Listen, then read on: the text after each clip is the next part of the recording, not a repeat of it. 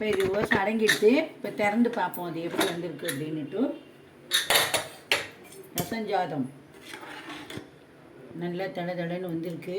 இப்போ இதில் வந்து நம்ம கொத்தமல்லியை படுக்கிறோம். அந்த கொத்தமல்லியை கட் பண்ணி உப்பு மஞ்சள் பொடி போட்டு ஊற வச்சு வச்சுருந்தேன்.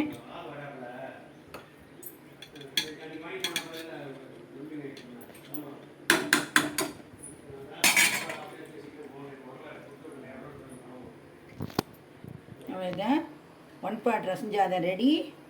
நீங்களும் இதேமாரி பண்ணி பாருங்க. இது மேலே ஒரு 2 ஸ்பூன் நெய் இப்போ வேண்டாம் விட்டுக்கலாம், இல்லை வாவா சாப்பாட்டில் விட்டுக்கிறதுனாலும் விட்டுக்கலாம். அவ்வளோதான், 1 பாட் ரசஞ்சாதம் ரெடி. நீங்களும் இதேமாரி பண்ணி பாருங்க. நன்றி, வணக்கம்.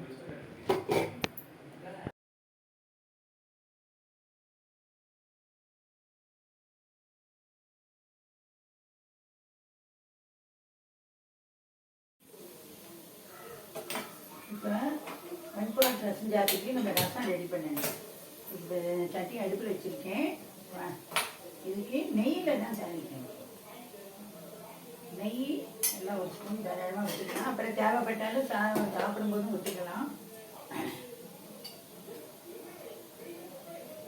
இதுக்கு நெய் வெண்ணெய் எல்லாம் அதிகம் தேவைப்படாது. எண்ணெய் ஒரு 1/2 ஸ்பூன் விட்டுருக்கேன். இப்போ நான் வந்து கடுகு தாளிக்க போகிறேன்.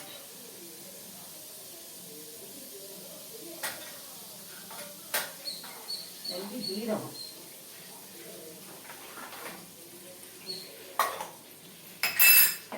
இதுக்கு நல்லா கடுகு ஜீரகம் நல்லா பொரியணும். நம்ம இதுக்கு வெயிட் பண்ணுவோம்.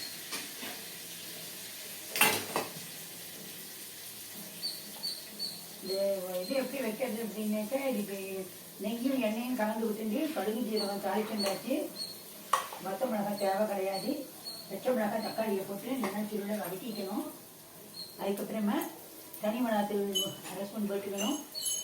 ரசப்பொடி ஒரு 2 ஸ்பூன் போட்டுக்கணும். உப்பு மஞ்சள் பொடி போட்டுட்டு வதக்கிட்டு பெருங்காயத்தையும் போட்டுட்டு, பெருங்காயம் ஜலமும் விடலாம், பெருங்காயம் கட்டியும் விடலாம். புளிஜலத்தை விட்டு நல்லா கொதிக்க விட்டு பச்சை வாசை போனதுக்கப்புறம் கொஞ்சம் வெல்லம் போட்டுக்கணும் அது கூட.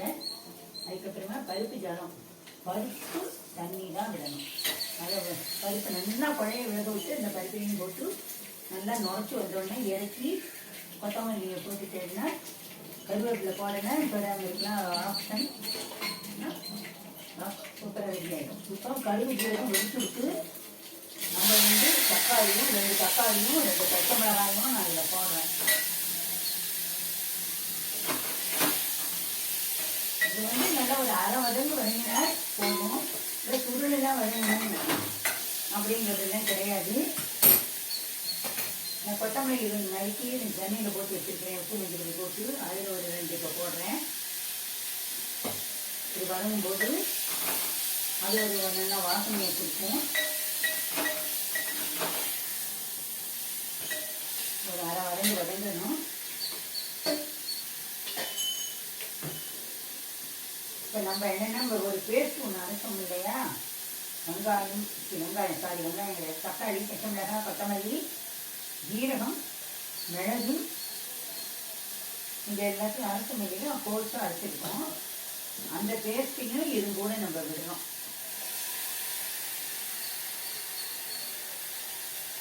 இது ரசம்ங்கிறதுனால இது நைஸாக அரைக்கணும் அப்படிங்கிற அவசியங்கள்லாம் கிடையாது.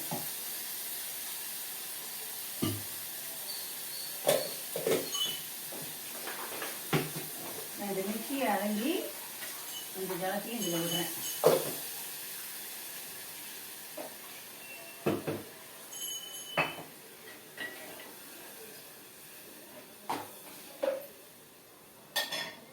இப்போ இது வந்து பாதி அளவுக்கு வதங்கி எடுத்து இப்போ நான் என்ன பண்ணுறேன்னா, இதில் நான் காஷ்மீரி சில்லியோடு சேர்த்து அரைச்சி வச்சுருக்கேன் தனி மிளகாய்த்தூள். இது ஒரு ஸ்பூன் போடுறேன்.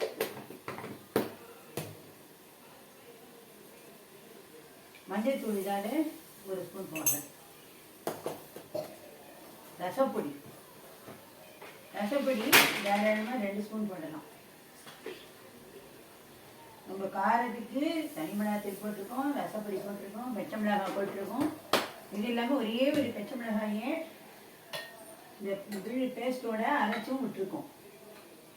அதனால ஓவர் காரம் இருக்கும் அப்படின்னு நினைக்க வேண்டாம். நல்லா ருசியாக டேஸ்ட்டாக இருக்கும். இப்போ இதுக்கு தேவையான உப்பு போட்டாச்சு. இப்போ நம்ம என்ன பண்ணுறோம்னா இந்த கரைச்சி வச்ச புளி ஒரு 50 கிராம் அளவுக்கு புளி கரைச்சி வச்சுருக்கோம். இந்த புளி ஜாஸ்தியும் இதோட வரும். இது இப்போ நல்லா கொதிச்சு பச்சை வாசனை போய்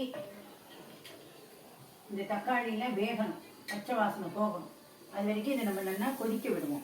இப்போ இந்த இதுக்கு தேவையான கொஞ்சம் போல வெல்லம், நிறைய போட வேண்டாம், துளி போல வெல்லம் போட்டால் போதும். இந்த வெள்ளத்தையும் இதுக்கு போட்டாச்சு. இப்போ இந்த ரசம் வந்து நல்லா கொதி வரணும்.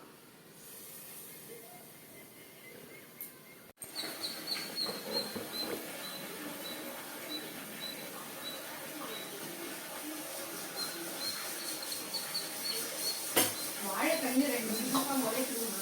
இப்போ நம்ம என்ன பண்ண போறோம்னா இந்த ஒரு பேஸ்ட் ஒன்று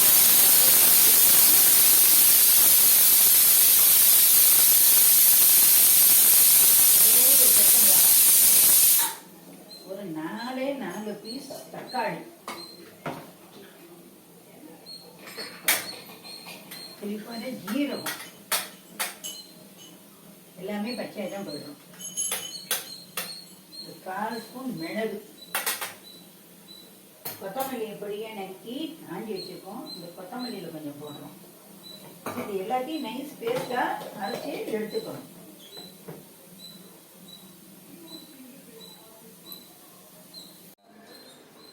வணக்கம், இது நம்ம கிச்சன். கிச்சனில் நம்ம இன்றைக்கி என்ன பண்ண போகிறோம்னா 1 பாட் ரசஞ்சாதம் பண்ண போகிறோம். நம்ம கல்யாண வீடுகளில் என்ன பண்ணுற மாரி அந்த கல்யாணம் வீடுகளில் பண்ணுற அந்த ஸ்டைலில் பண்ண போகிறோம். இது ரொம்ப நல்லா இருக்கும். குழந்தைலாம் பெரியவா வரைக்கும் விரும்பி சாப்பிடலாம். இது பல மெத்தடில் பண்ணலாம். நான் பண்ணுறது ஒன் ஆஃப் த மெத்தடு. இப்போ இதுக்கு என்ன பண்ணேன்னா, நான் இதில் 1 டம்ளர் அரிசி எடுத்துட்டுருக்கேன், பச்சை அரிசி. 1/2 டம்ளர் பருப்பு எடுத்துட்டுருக்கேன். பருப்பு நிறைய போட்டால் நல்லா இருக்கும் ரசம். 2வது அரிசியில் பச்சை அரிசியில் தான் பண்ணுறேன். நொய், பச்சை அரிசி நொய் வீட்டில் இருக்கிறவா வராவாவா ஆற்றுல வச்சிருக்கேள் அப்படின்னா அதுலேயும் பண்ணலாம், இல்லை கடையில் வாங்கி கூட பண்ணலாம். ரசஞ்சாலும் நல்ல குழவா வரணும், அதனால் பண்ணலாம். நான் இப்போ இதில் 1 டம்ளர் அரிசி எடுத்து நினச்சி வச்சுருக்கேன். இப்போ இதில் 1/2 டம்ளர் பருப்பு. இந்த பருப்பை நல்லா போட்டு நல்லா குழவா வேக வச்சுருக்கேன். இப்போ நான் என்ன பண்ணுறேன்னா, இந்த பச்சரிசி எடுத்துட்டேன் இல்லையா, அது இந்த பருப்போட சேர்க்கிறேன்.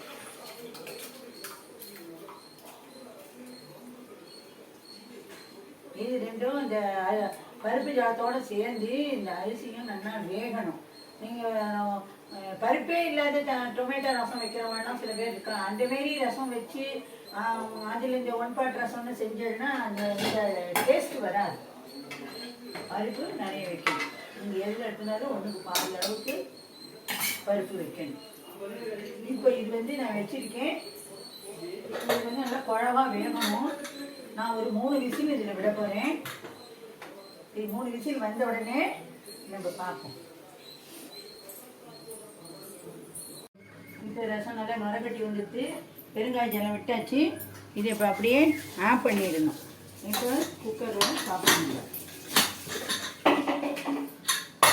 இந்த அரிசியும் பருப்பும் சாதம் நம்ம வேக வச்சோம் இல்லையா, அது இந்தமாரி தளதளன்னு இப்படி குழவான பக்குவத்தில் இருக்கணும்.